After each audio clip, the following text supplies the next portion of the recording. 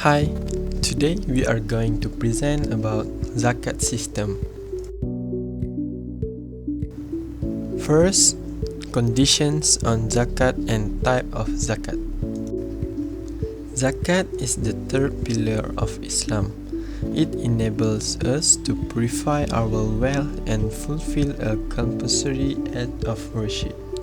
Several conditions must be fulfilled before Zakat is due. These conditions are necessary as Zakat can only be applied on those who are of legal age and who own enough assets.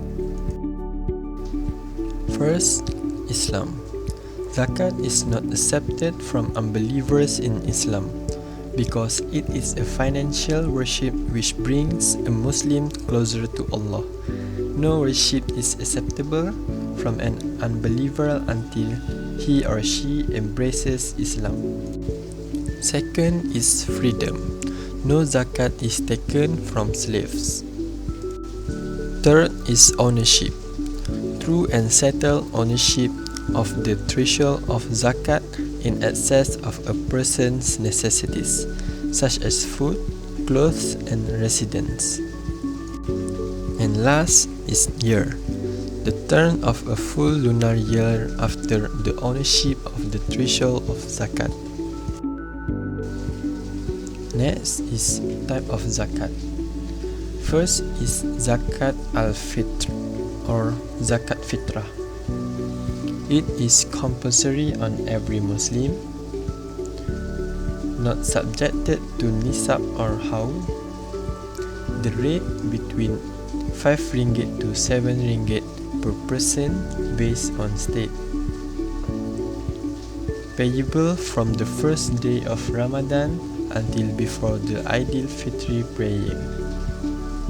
And last, the best is on in the eve of Shawwal. Next is zakat al-mal or zakat from earnings. It depends on the amount of wealth that you have and how you had it for.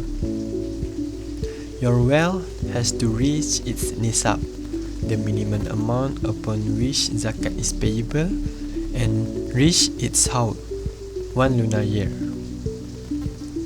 And last, zakat al-mal or zakat from earning is levied only on Muslims whose wealth exceeds a threshold called nisab.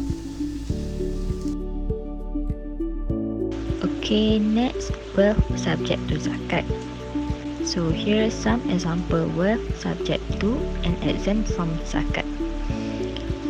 So first, wealth subject to zakat, such as gold and silver, article of merchandise and business stock, cash, bank deposits, shares, bonds, cattle, agriculture products, produce of mines.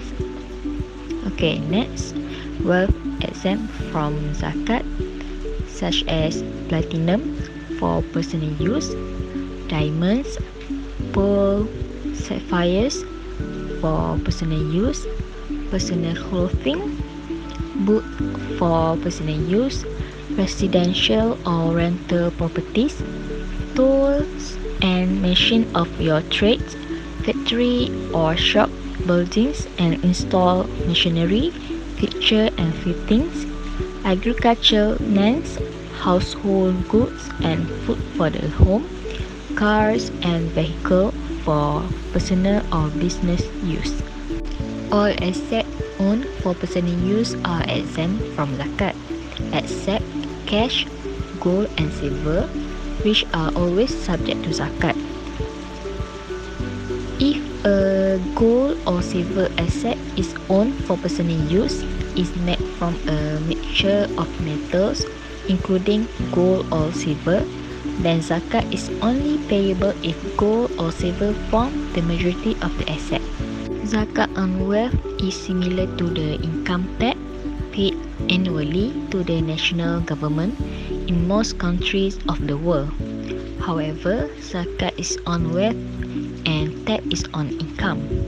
Zakat is a fee to 2.5% of one's wealth, but income tax could range from 5% to 45% of income.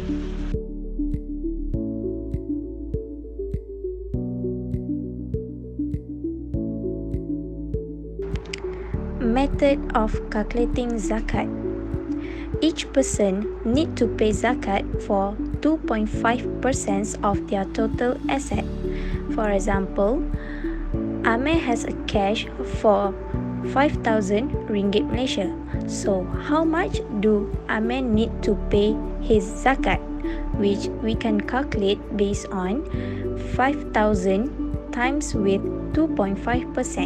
So Amir only need to pay his zakat for only 125 ringgit. Just now, I have explained about the individual zakat.